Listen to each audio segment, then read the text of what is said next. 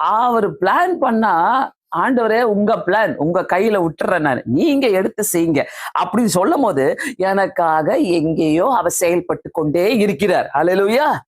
நீங்க சும்மா ஒரு ஜெபம் பண்ணி பாருங்களேன். சும்மா ஆண்டவரே என்னை எடுத்து உபயோகப்படுத்திக்கங்க, என்ன என்னை எடுத்து உபயோகப்படுத்திக்கங்க அப்படின்னு சொல்லிட்டீங்கன்னாக்கா, உங்க தாளந்து உங்களை உங்க பேரை எல்லாத்தையும் தூக்கி ஒரு பெரிய ஃபைல போட்டு யோசித்து இதை முன்னாடி கொண்டு வரணும், இந்த பேரை முன்னாடி கொண்டு வரணும், அடுத்த பேர்ல கீழே தள்ளி விட்டலாம், யாரெல்லாம் என்ன தேடலையோ அவங்களெல்லாம் கீழே தள்ளி விட்டுலான்ட்டு நமக்காக யோசிப்பாரு. ஆமென்.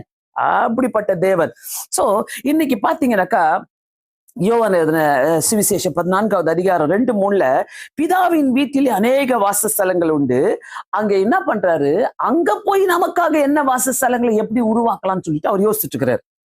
இத்தனை யோசனைகளும் எனக்காக அவர் எங்கேயோ செயல்பட்டு கொண்டே இருக்கிறார். ஆனா நம்மலாம் நினைப்போம்ல, கைவிட்டார் அவர் எங்கேயோ இருக்கிறாரு, எனக்கு என்ன பண்றது, அவர் என்ன கண்டுக்கிறதே இல்லை. நீ கண்டுக்கனாதான் அவர் கண்டுப்பார். ஆமென். அதனால ஒவ்வொரு நேரமும் நம்ம ஆண்டவர்கிட்ட கொடுத்துருங்க.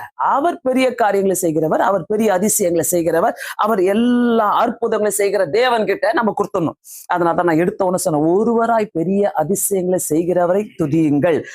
இன்னைக்கு தலைப்பு நான் கொடுக்கிற ஒரு ஹெட்டிங்க என்ன தெரியுமா, எனக்காக எங்கேயோ ஏதோ ஒன்னை ஆயத்தப்படுத்தி செயல்பட்டு கொண்டிருக்கிறார். ஆமென். எனக்காக எதையோ எங்கேயோ ஆயத்தப்படுத்தி செயல்பட்டு கொண்டே இருக்கிறார். அல்லேலூயா. யாருன்னா ஏச்சு சொல்லுமா, அடுத்த 5 வருஷத்துல நான் என்ன பண்ண போறேன், நீ எல்லாம் குட்டியா தான் சொல்லுவ. ஆனா அவருடைய திட்டத்துக்குள்ள நீ இருக்கிறனாக்கா, உனக்காக என்னென்ன பேச முடியுமோ, எங்கெங்க நிக்க முடியுமோ, என்னென்ன செயல்பட முடியுமோ எல்லாத்தையும் செயல்படுகிற தேவனா இருக்கிறார். சோ எனக்காக எங்கேயோ அவர் செயல்பட்டு கொண்டே இருக்கிறார்.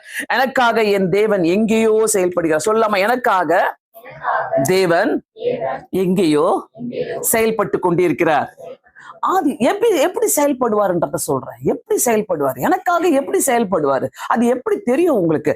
ஆதியாகமம் 41வது அதிகாரம் 1-8 பாத்தீங்கன்னாக்கா, எகிப்து நாட்டின் ராஜா பார்வோனு அவனுக்கு பாத்தீங்கன்னா இரவு நேரத்துல ஒரு சொப்பனம் வந்தது.